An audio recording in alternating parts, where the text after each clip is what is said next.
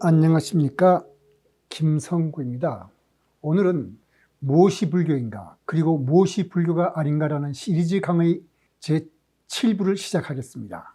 7부의 제목은 생명이란 무엇인가입니다.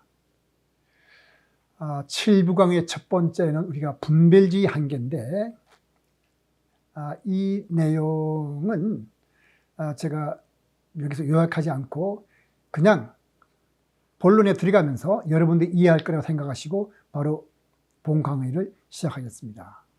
제7부 전체 강의 제목은 생명이란 무엇인가이고 7부 1강의 제목은 분별로 만들어진 세계입니다. 이 제목들이 뜻하는 바는 생명에 관한 과학적 지식이나 과학적으로 고찰한 내용을 알고자 하는 것이 아니라, 제가 과학적 지식을 전달하는 것이 아니라 우리가 어떤 존재인지, 그리고 우리가 얼마나 가치가 있고 고귀한 존재인지를 알아보고자 하는 것이고, 또 우리의 분별지가 우리가 사는 운벨트를 어떻게 만드는지를 알아보려는 것입니다. 다시 말해서 우리의 운벨트는 우리의 분별에 의해서 우리 언어가 만들었다는 그런 뜻입니다. 그러니까 제1강의 내용은 분별주의 한계에 대한 것인데, 이런 한계에 대해서는 우리가 오브에 대해서는 이성의 한계를 말씀드렸고, 9강에서는 인식의 한계를 말씀드렸고, 5부 10강에서는 지식의 한계를 말씀드렸는데, 오늘 7부 1강에서는 분별주의 한계에 대해서 말씀드리고자 합니다. 분별지가 바로 뭐냐면은 분별해서 이거와 저것이 무엇이냐를 따지는 거니까 바로 이성적 사유에 의해 도달하게 되는 지혜를 뜻하니까, 분별지는 어떻게 보면 이성의 한계를 뜻한다고 볼 수 있습니다. 그렇지만 5부 8강에서 말하는 이성의 한계는 괴들의 불완전성 정리를 가리키는 말로서 공리가 옳다 하더라도 모든 것을 논리적 사유만으로는 옳고 그름을 판별할 수 없다는 것을 뜻했는데, 여기서 말씀드리는 것은 불완전성 정리가 말하는 것과 달리 이번 강의에서 살펴보는 것은 우리가 경험하면서 진실이라고 믿고 있는 세상이 사실은 우리가 언어가 만들어낸 일종의 허구, 다시 말해서 스토리텔링임을 이해하자는 그런 뜻입니다. 부처님은 이렇게 설명했습니다. 명칭이 모든 것을 이기고 명칭이라는 하나의 원리가 세상을 지배하네. 우리가 분별해서 명칭을 붙인 다음에 그것들이 각각 어떻게 행동하고 작동하냐에 따라서 세상이 만들어졌다는데, 사실은 그것은 우리가 만들어낸 세상이라는 뜻입니다. 그래서 반야심경에서 뭐라고 하냐면 우리가 뒤바뀐 헛된 생각을 하고 있다는 거 말하는데, 역시 우리의 분별에 의해서 우리가 지어낸 세상을 우리가 보고 있다는 뜻입니다. 우리는 이분법적으로 세상 사물을 분별하고 분류하지만은 이렇게 계속 사물을 이것과 이것 아닌 것 이렇게 분별해 나가면은 반드시 어딘가에서 어려움을 만나게 됩니다.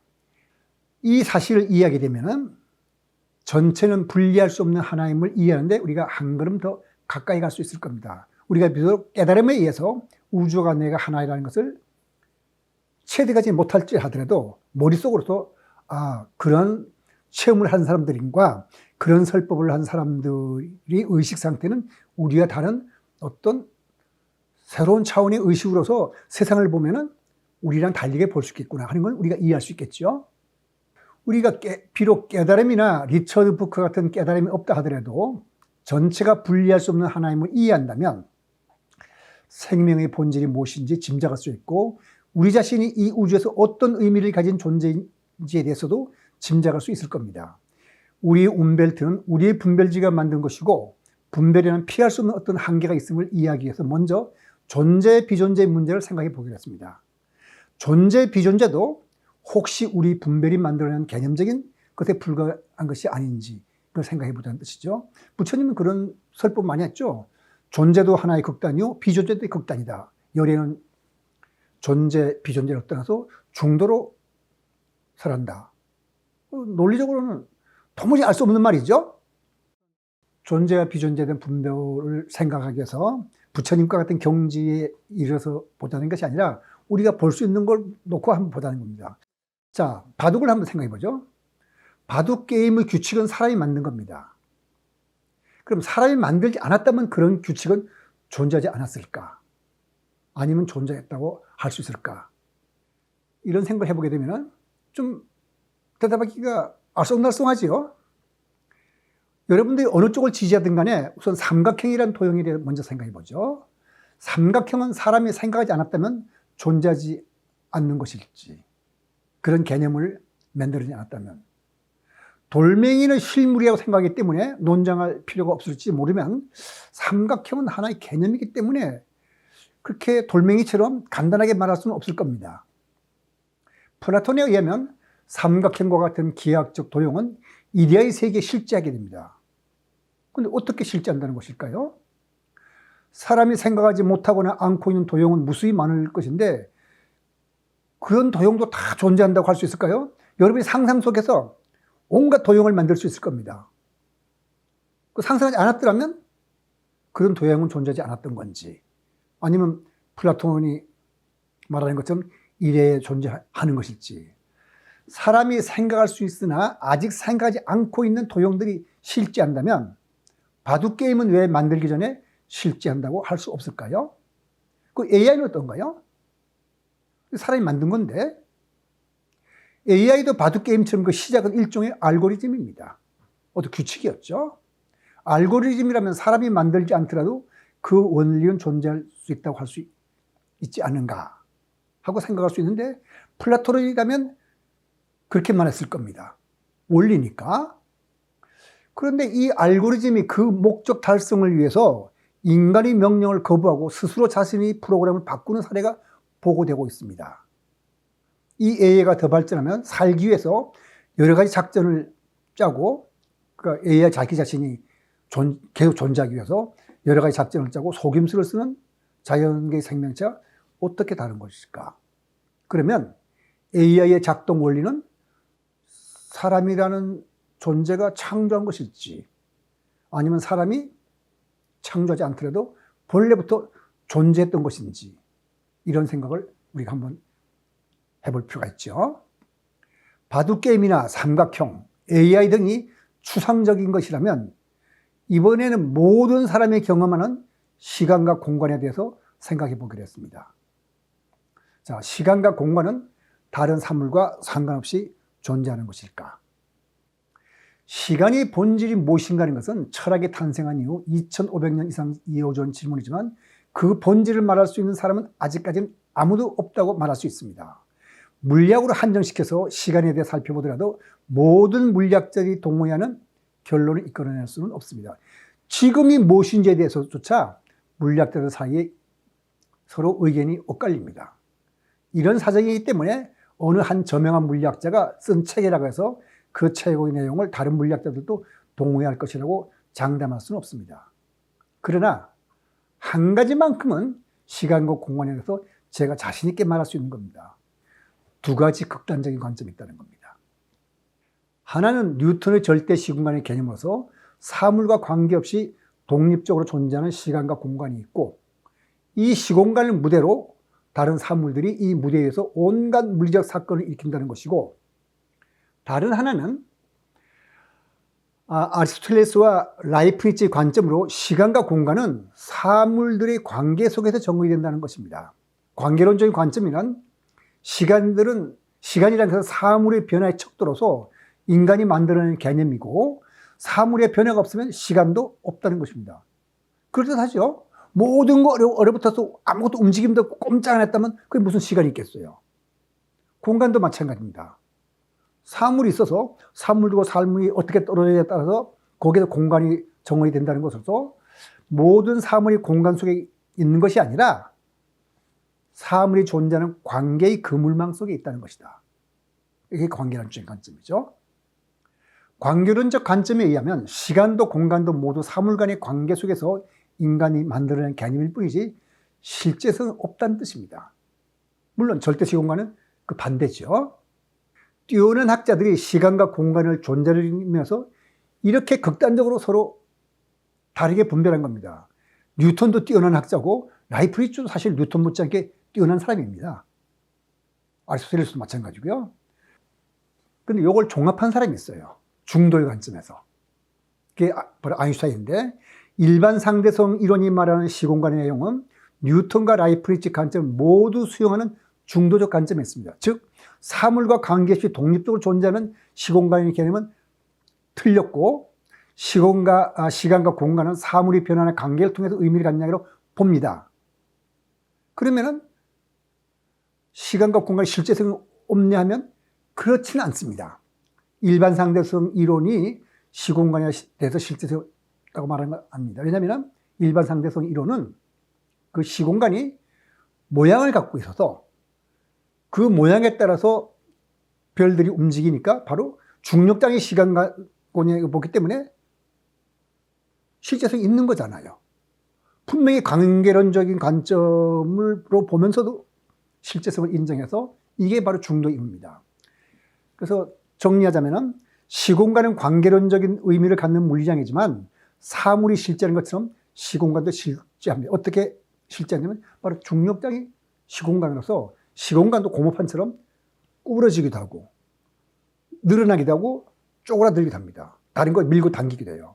그래서 일반 상대성 이론은 시공간을 존재, 비존재 이분법적으로 나누지 않고 중도를 취합니다.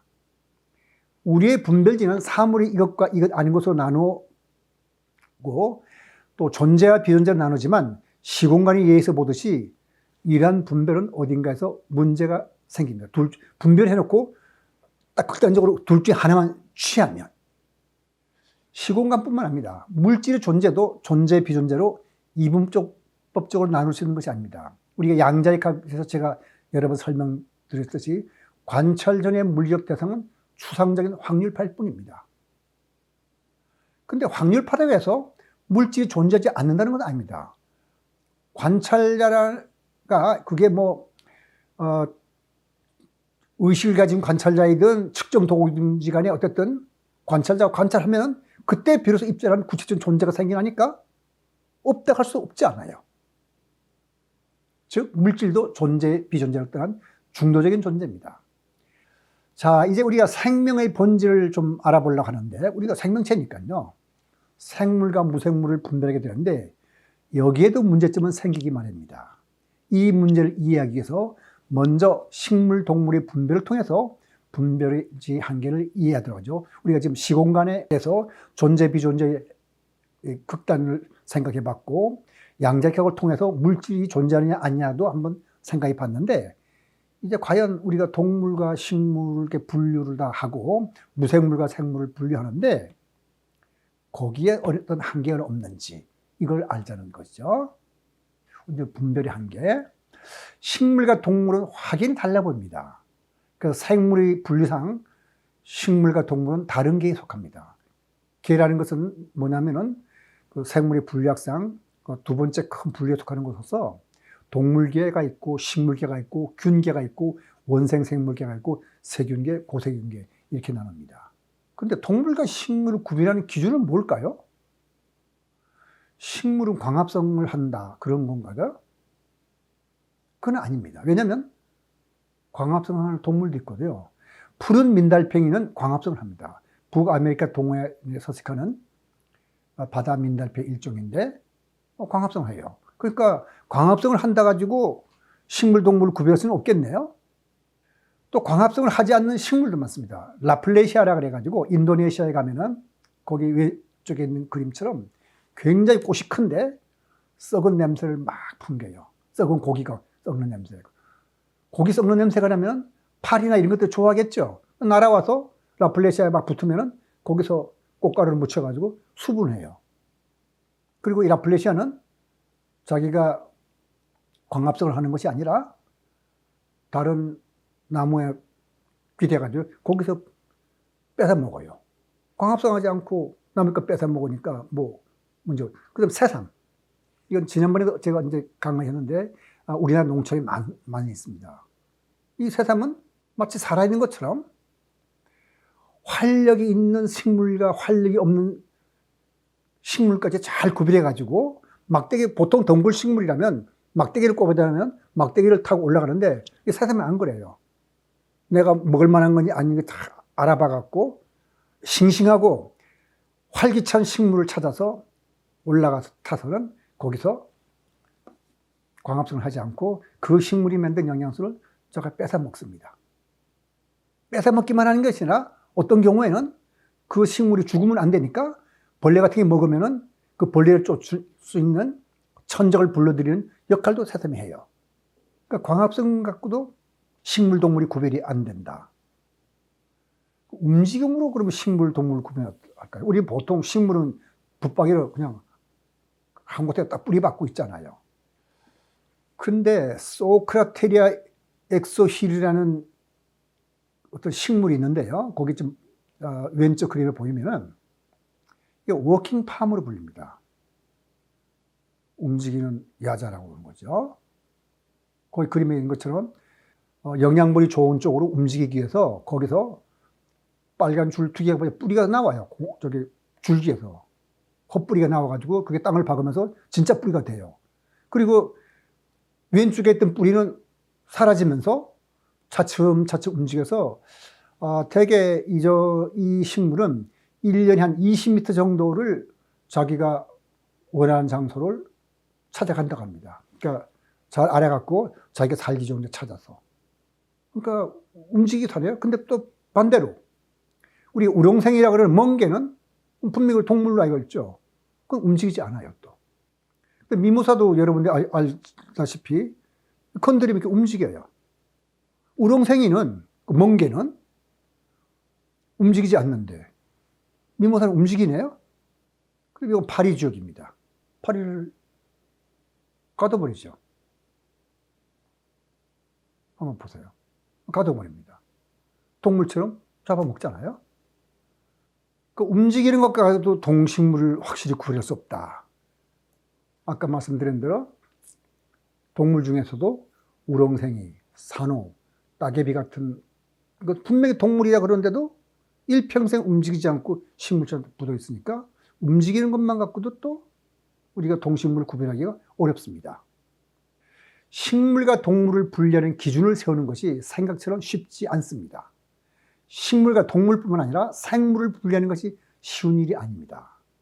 많은 사람들이 미역을 해초라고 하여서 바다에 사는 식물이라 생각하지만 사실은 미역은 식물이 아닙니다. 미역은 동물계, 식물계, 균계, 원생생물계, 세균계, 고세균계 가운데 원생생물계에 속하는 갈조리로서 미생물의 일종입니다. 생물의 분류가 쉽지 않기 때문에 물고기는 존재하지 않는다라는 제목의 책도 있습니다. 아주 베스트셀러죠. 재미있는 책입니다. 식물과 동물뿐만 아니라 존재와 비존재의 문제도 생각처럼 간단한 것이 아닙니다. 분배를 하면은 어느 정도까지는 계속해서 그럴듯한데 끝까지 파고들다 보면 거기에는 반드시 이성적 사유로 쉽게 결정할 수 없는 문제가 따르기 말입니다. 이 사실을 알지만 또 우리는 분별하지 않고 살아갈 수 없습니다. 그래서 우리가 다음 2강에서도 생물과 무생물의 차이에 대해서 생각해보고 분별지 한계에 대해서 계속해서 살펴보기로 하겠습니다. 분별지 한계를 아는 것은 우리 자신을 알기 위해서 꼭 필요한 일입니다. 그래서 오늘 강의 여기서 마치도록 하겠습니다. 별로 실수 없이